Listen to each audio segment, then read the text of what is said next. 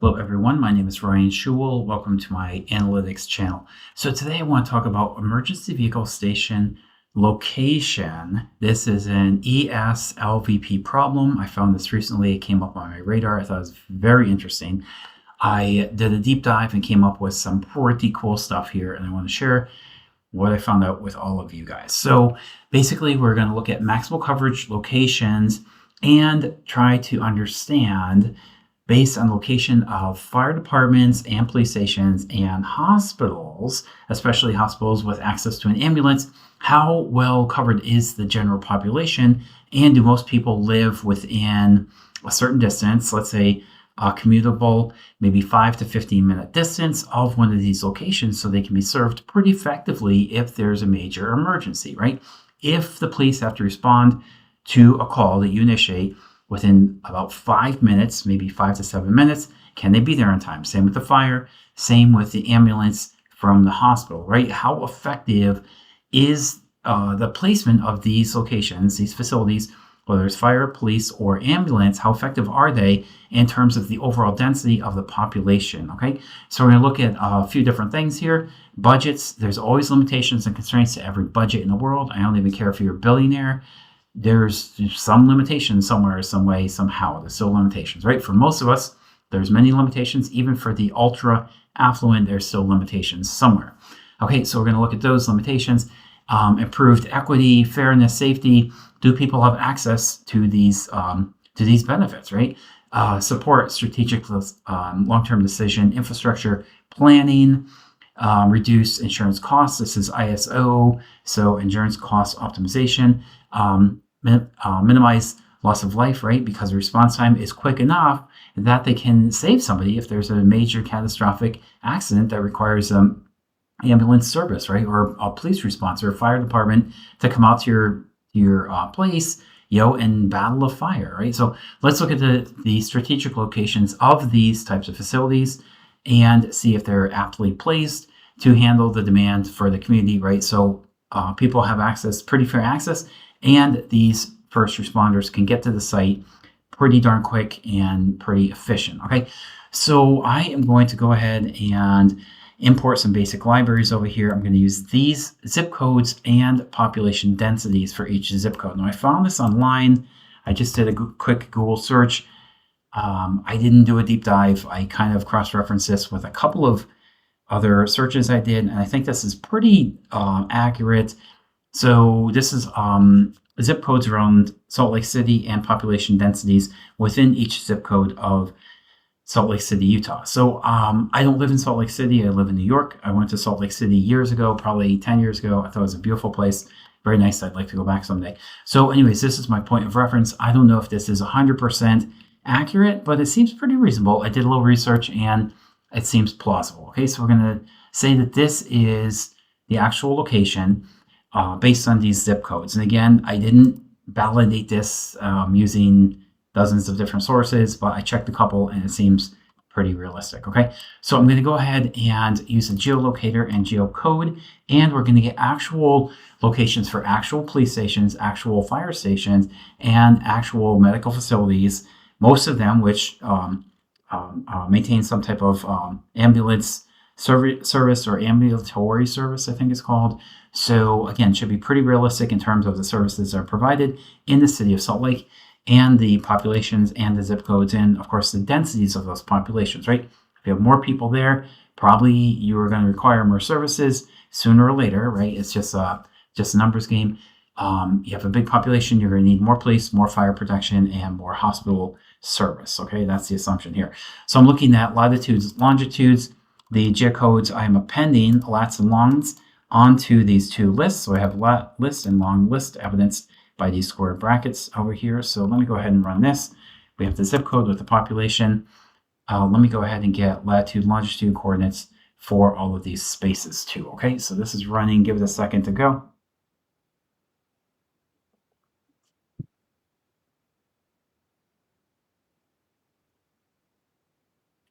Okay, and is this actually timing out? I tested this yesterday. I don't recall getting this kind of message. Let me see. Maybe this is normal. I haven't done this too many times. Okay, I think we got what we got. Maybe there's a couple little timeouts here, but I think we got most of what we need.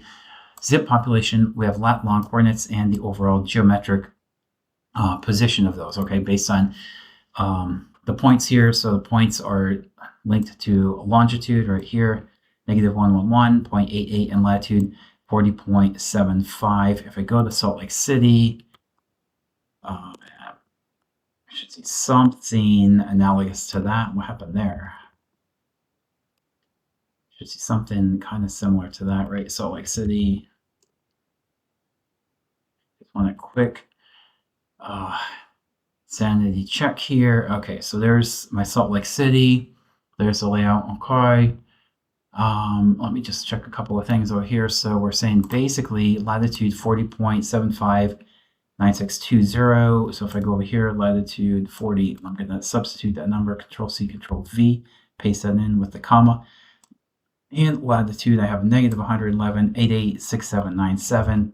Copy C, Control-V, paste. So that is going to be my negative. I see 112. I need 111. Whoops. That was a mistake. Okay, let me just go back here and Control-V to put that in there. Enter. And let's see. Okay, basically the same thing. I just took the first lat long coordinate and it gives me exactly the same thing that Google Maps gave me by default.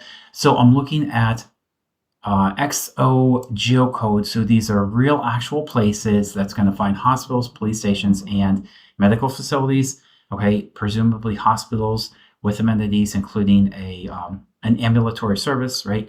So we have fire, police, hospital, and based on this OX, which gives us actual realistic data. I just used this a couple of times, but I'm pretty impressed with this tool. Totally free, open source. Everything in Python is free, right? So we have fire stations, police stations, and hospitals. It came up with 10, 4 for police, and 16 for fire. So I'm going to use a haversine calculation here. This is taking the difference between lat 1, lat 2, long 1, long 2. So the XY coordinates and the distance between those two. And it's going to plot distance for us on a curved sphere shape, which is basically the Earth. Okay, and we have all of the radians that we need here for lat 1, lat 2, lat 2 minus lat 1, so we can find the distance between these, and long 2 minus long 1. This, based on the radians, is going to give us this distance. Okay, so distance to the fire station in kilometers, police station in kilometers, and hospital in kilometers. And I live in the United States. We really use the standard system, US standard system. That's what's called here. We don't use kilometers or meters or metrics or anything like that. But I believe most of the audience of this channel is outside of the United States. So I'm going to go with kilometers. Most of the world uses it. The United States should use it. I heard that story. I don't know if this is true or not, but years ago, the US tried to convert from the standard system to metric. So many people were so confused and making a lot of mistakes. Everything got just jammed up, super confusing. Nobody could figure it out after spending, I don't know how many billions and billions and billions. Nobody had a clue what the heck was going on. And the United States gave up. They said, okay, these people are too stupid. They don't get it. We'll just stick with the US standard system. So that's what we use today. We should convert to metric. I know it's painful. I don't like it. Nobody likes it, but it's better. We should do that. And they tried. God bless them. They tried, but I guess the people are just too dumb to get it. So we're stuck with this for the time being, probably for the rest of my life, maybe forever. So anyways, we have the zip code population, lat long, distance to the closest fire station, distance to local police, and distance to the local hospital. So again, haversine calculation helps us find the distance between these three service providers and the midpoint of the zip code of this lat long coordinate. Okay, so that's what we have there. We have the data frame zip, and this is the head of the zip code, right? Oh, we have the head of the zip code over here in terms of population. So population, we are sorting by ascending equals false. That's by default, that is descending. There's no descending property, so just using ascending equals false and ascending equals false. That's the same thing as descending, okay? So we're looking at population in descending order. If we go over here, population 42K down to 37, so it looks like it's descending order. That is fine. Now we're looking at distance to hospital in terms of kilometers. So 4.33 down to 2.62. So descending is okay, right? Just wonder if we should use ascending, maybe descending there, ascending equals true. Let me try this. Distance to hospital, so that is the shortest, population. So this is the biggest population in descending order, and distance to hospital. So this shows us which zip code is the closest to the closest hospital. Okay, so I think that's a little bit better. So either one would work. It doesn't really matter. This one might be slightly better.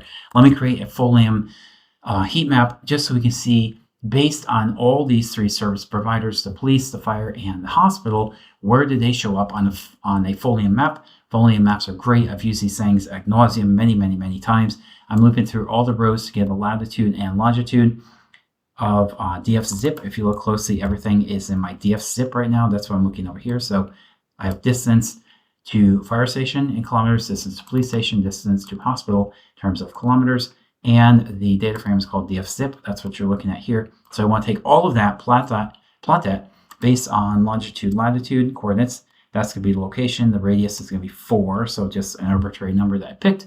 We're going to fill it, opacity equals 0.8, and the pop-up is going to be based on fire, police, and hospital. If we zoom down here, that's exactly what we get. Zoom out, you get this. Zoom in, you get this, right?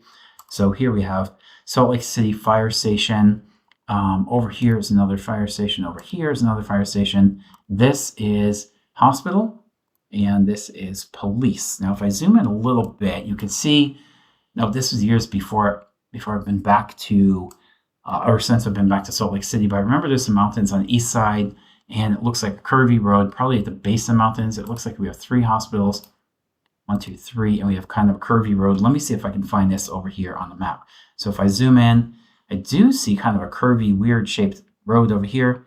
I see a hospital right there. Let me look for other hospitals. Hospitals, spell it right. Hospit. Okay, now it's spelled right. Okay, so I have my hospitals. Now I have the curvy road thing over here. I have Intermountain Healthcare, University of Utah Hospital, and University of Utah Hospital. So it's 2 right next to each other across the street. That looks pretty accurate. That's that. That's that. There's another hospital, Shriners Hospital for Children. Let me see if I can find that. If I zoom out a little bit, Shriners Hospital for Children right there. So pretty accurate, guys. Pretty accurate. Common Spirit Holy Cross. We have that down here, and I think that's that. Holy Spirit Holy Cross. So good job, guys. We're looking like we're in good shape. This is kind of the epicenter of the city. That's the density of the population. That's what's rendered by the heat map. We have a couple fire stations over there. Salt Lake City Fire, 1, 2, 3, and 4. They make kind of like a little square shape almost over here on the western side of the city. And I see kind of like a boxy shaped thing in the middle of there. Let me see if I can find that. Fire stations. I bet I will, because this is supposed to be pretty accurate. Let's just do a quick sanity check. Okay, so fire station 2, fire station 1, fire station 4, go here. Fire station 11, fire station 12, fire station, oh, that's a NAN, and fire station 14. But we have this Dwight D. Eisenhower. It seems to go east and west. We have 1 fire station, or 2, 3 north of that, and 1 south. Let me see if I can find that.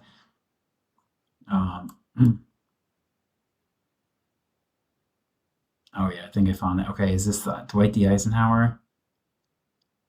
I bet it is. Dwight D. Eisenhower Highway. Okay, so I think we found our mark right here. Okay, so there's Fire Station 11, Salt Lake City Fire Station number 9, and this is what? Fire Station number 14. That's what we have, 14. This is 11. This is the airport, and this is NAN, a non-number. This one didn't come up. Might be a data quality issue. I think everything else came up. I think we're in good shape. I just want to find a couple, what is this, police station, police department, and it's across the street from fire department, and a road kind of goes north and curves to the west. Let me just quickly find that over here. So I think we got it. Fire station right there. Road goes north and curves to the west. So I think we are good. There's supposed to be a police station across the street. So that's fire station 6. Let me just look for police real quick. Everything else jives. So I think we'll find this one too. Did it find it? Let me see. Oh, police. Yeah, police. Okay. And I think there was a fire station across the street, wasn't there? Police and fire.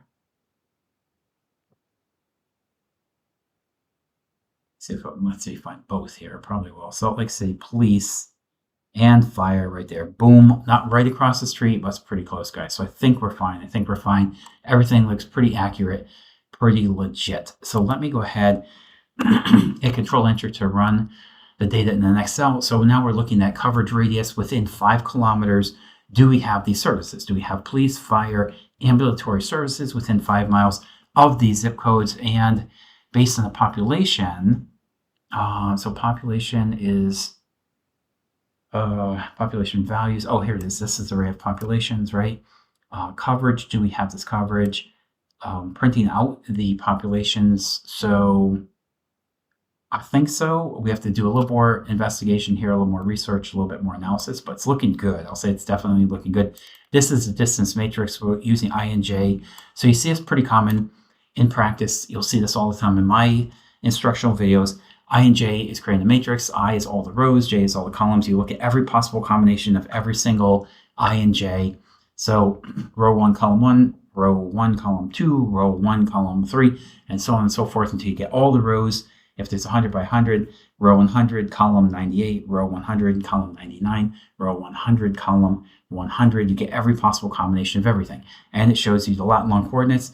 And from there, you can derive the distance from the epicenter of the zip code, the middle of the zip code, and the location to the services, police, fire, and ambulance. And we want to see if we're within 5 kilometers. So let's go ahead and optimize this problem. We're using PuLP to do the optimization. And we're looking within certain bounds, okay? We want the lower bounds to be 0, the upper bounds to be, so I set this to 5, right? Or 5 kilometers. So within 1 to 5 kilometers, do we have this coverage? Again, we're looking at every possible combination in this matrix. That's what that is. And we're going to try to solve the problem. Control Enter.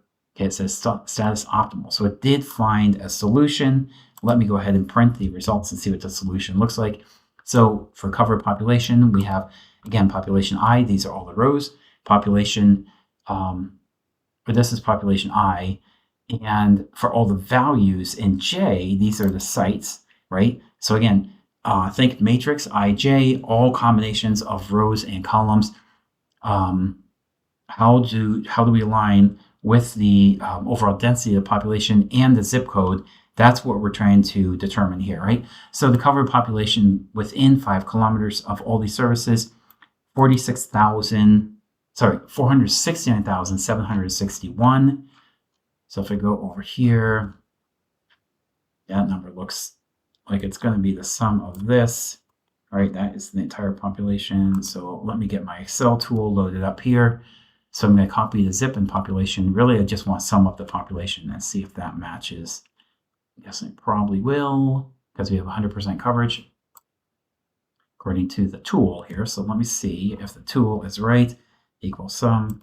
So zip population is on right. Sum. Enter. 469,761, right on the money. So 100%. I don't need the decimal places over there. We're not looking at fractions of people. We're looking at whole people.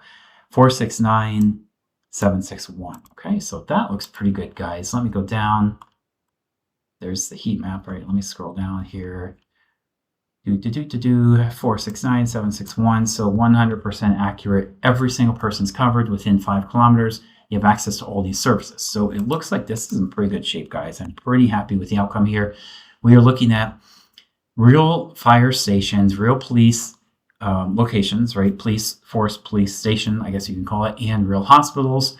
And the population heat map is based on actual zip codes all around Salt Lake City and population estimates. Now, this is going to change probably every single day. It's going to change, but it's going to be probably relatively stable and pretty much static over a period of time, at least for some 5 to 10 years or so. You know, populations change, people migrate, but it's not going to be drastically different, I don't think. We have 100% coverage, so I'm happy with that. The game plan right now is for optimal ambulance posts given a coverage radius, and a budget. So we can actually add a couple more fire stations and hospitals and police stations, probably with a small budget, and have even better coverage. Even though we have access, 100% of the population has access now within 5 kilometers or less.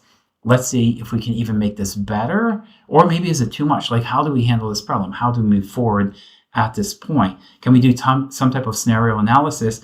How would coverage change if population grows or shrinks? Maybe if a neighborhood loses 50% of its population, we don't need that same coverage. Maybe we don't need that police station. Maybe we can shut it down, save budget, save money, and move the police to other police stations and disperse the police. Maybe the same for the fire, maybe the same for the hospital. If there's not a need, maybe we can save money and reallocate services to other hospitals, right? So there's different scenarios that we can simulate and try to analyze and try to determine what's the best use of money. Again, there's always a limitation for everything. Every budget has a limitation. There's always constraints for everything. If the community is overserved, maybe we can shut down 1 or 2 hospitals. I mean, I don't think that sounds fantastic, but if it's not needed, if most of the people are just sitting around doing nothing in their board, maybe we can reallocate the personnel with those skills to other hospitals, shut down 1 hospital, repurpose it for maybe a community center or something, or if people are moving away and there's no need, maybe just think of a new use for that facility. Okay, so that is something that we can look into too. So we have 100% coverage. All the people have access to these services within 5 kilometers from where they live. Let's do a little bit more analysis and dig in just a little bit more. So did I run this heat map? I think I did. Control Enter. Okay, here's my heat map. Here's the hospitals, fire, and police are in blue. Okay, so that looks good. Let me run this. Control Enter. Okay, and you got my output down here. Let me look into something. This looks a little bit weird. I'm getting some warnings over here. Let me look at something. Hit the pause button. I'll be right back. So hang tight. I'll be here just a moment. Be right back. Okay, so I fixed that. It looks like one geocode wasn't being found, and it triggered an error and caused this thing to explode. So I added a couple lines of code to handle things a little bit more gracefully. I ran this yesterday, everything was fine. Ran it today, and there's a hiccup, right? So you have to handle these things as they come up. So, okay, so we have all the zips, population, and the geometry to all of the locations for these services, right? Again, police, fire, and hospital services. Now we can take this a step further, level up just a bit, and define a function that shows the distance to the nearest hospital, okay? Whether the zip code is covered within the chosen radius. In the example that I'm demoing here, this is 5 kilometers, or a citywide metric, we need to make sure that the percentage of the population is covered, right? The majority of the population has coverage based on a weighted average distance, okay? So let's go ahead and create the function and run that. Control Enter. So compute coverage, that's what I'm calling it. And we're looking at these zip codes. GDF is GeoDataFrame _zip. That's the data frame that I'm calling this. And we have hospital, also GDF hospital points. Okay, so zip code points, and we're making sure that they follow this convention within 5 kilometers or less. So here's the distance right here, and distance in meters, and distance in kilometers, right? And we're looking at the population to make sure that we have coverage. The final summary is going to end up in this dictionary. So we have radius kilometers. So the radius is the whole, or the distance from location to all these hospitals, or from the hospital to the locations, right? The center of this, and the radius goes around. The diameter is end to end of the circle. The radius is half of that. Total population, covered percent, and average distance per kilometer. We're going to look at the baseline right here. Radius is 5 km. Total population is that. We just covered that, right? Or just demoed that. Covered population is 432. So most of it's covered, probably 95%. 91% to be precise, 91.9, about 92, give or take. And average distance for the covered population, 3.3 kilometers approximate. So Now let's assume that we have a population growth in a certain zip code, because things don't just stay the same. The only thing that stays the same is that everything changes, right? Have you heard that adage before? Whatever stays, the only thing that stays the same is that things change. So there's constant change, flux, population in, population out, migration, fluctuations of population, right? All these things occur over time. So let's understand, based on these growth zips, we're going to do a scenario analysis. Scenario analysis is when you take a certain scenario and you make a certain, a couple of assumptions change, and you see what the outcome is, or what the output looks like. Just so you can understand, we know what everything is in the current state today, but what if things change 3 months from now, or 6 months from now, or a year from now, and population grows or decreases? What do things look like, right? So if we have 100% coverage for 100% of our population, that's great today, but in the future, what's the future state, right? So let's do a couple different scenarios and try to determine this. Scenario A, population growth in 4 zip codes. What is going to happen? The radius is still 5 km. We're not changing that. Total population is increased now. Covered population is 4.68, and the percent of coverage is 9.51. So we went from 9.9, almost 92% coverage. Now we have 90.5 because the population increased a little bit, right? So we have a little bit of a dilemma. We used to have 100% coverage. If you go back here, few steps ago, we had 100% coverage. Was that here? No, that was back here. Okay, 100% of the population is covered. So we proved that 469,761 people are within 5 km of the services. That's great. So now it's 92%. Now the population increases, so it's more people to serve in the community. Number of hospitals didn't change. Now the hospitals, police and fire, can serve 90.5. So if you round up about 91, about 90%, used to be 100, now it's closer to 90, right? So let's look at, if one hospital closes, what is the impact on the local community? Positive or negative? Probably negative if they're closing. But let's take a look and see how things shake out. So now we're not going to change this. So the radius is 5 kilometers. That stays the same. 469,761. That was the original population that we had before. Covered 432, 91.9. So we're back to kind of the scenario we saw before. And the average distance to a service provider is 3.29 kilometers. So still pretty good. So pretty good, guys. It used to be 100. Now it's close to 90. So now the question becomes, should we open another hospital, right, to have 100% coverage, or is 90 enough? That's a little bit subjective. You can quantify that and answer that pretty easily, but that's a little bit more on the subjective side. Like, do we create the budget, create the infrastructure, create a brand new foundation, and build an entire structure for a new hospital, and maybe police and maybe fire? Yes or no? That's a big investment in the community. And you can quantify that. Is it worth it? Is it not worth it? There's a couple ways to go with that. I'm not really going to answer that question, but let's look at it, a couple more different analyses and a couple more cells that I've prepared here. So compare summary B to the base summary. So summary B is what we just saw. How much coverage percentage drop do we see? How much does the average distance in kilometer to the facility increase? And which zip codes from the covered and uncovered see a big distance jump? Okay, so let's take a look here. Control Enter. So populations, like we saw before, second population distance in kilometers. So just over 5 here, but it looks like, I'm just eyeballing this, all these others are under 5, so it's pretty good. This community right here, this zip code is a little bit underserved, 84116. At 5.7 kilometers to get to the local, the closest service. So they are not covered, but it looks like all the others are covered. So these are true. So pretty good coverage again, guys. Like I'm pretty satisfied with this.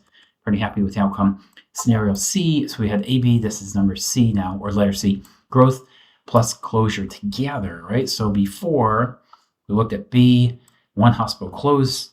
Scenario A, population increases, right? So population increase. We go from 100 to 90.5. Hospital closes.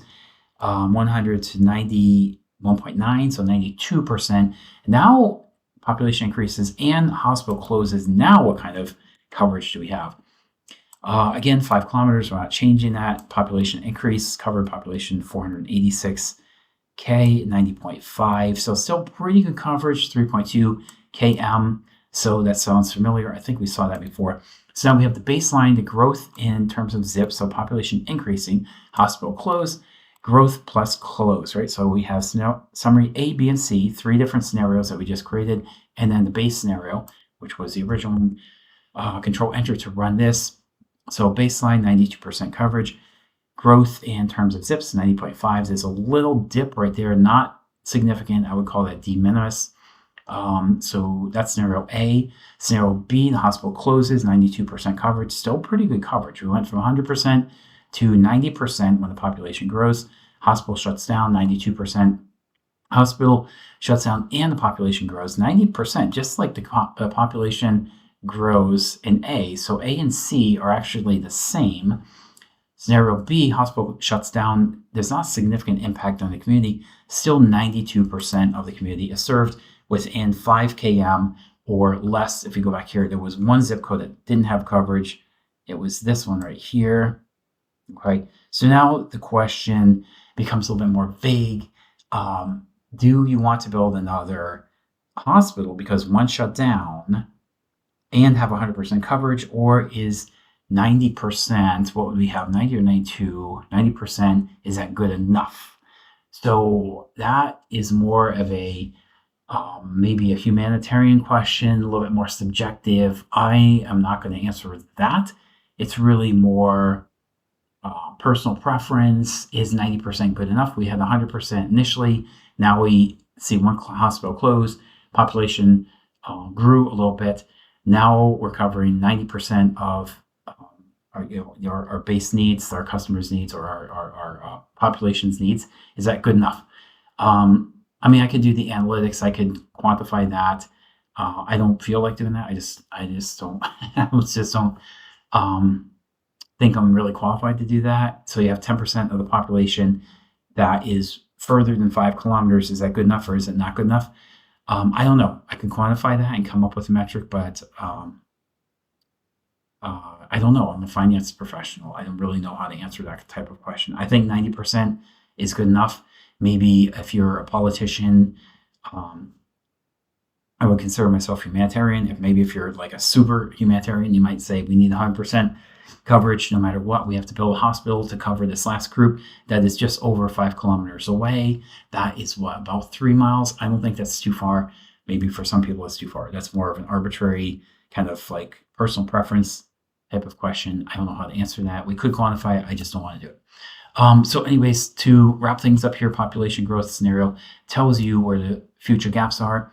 Even if the gaps don't exist today, that's why we do this scenario analysis. We come up with different scenarios. Population grows, hospital closes, population grows, and hospital closes. Those are the 3 scenarios. What's the outcome, right? We can simulate different outcomes and see what the outcome is and anticipate what's going to happen before it even happens, right? So that's why we do these scenario analyses and simulation analyses and so on and so forth, right? So it helps us to have kind of a crystal ball almost to look into the future and see what things would look like if that plays out the way that we expect it. Increased population, closing hospital, or both at the same time, okay? So I just Googled this to get the zip code and population. If you put that into Google, you should get something similar, I think.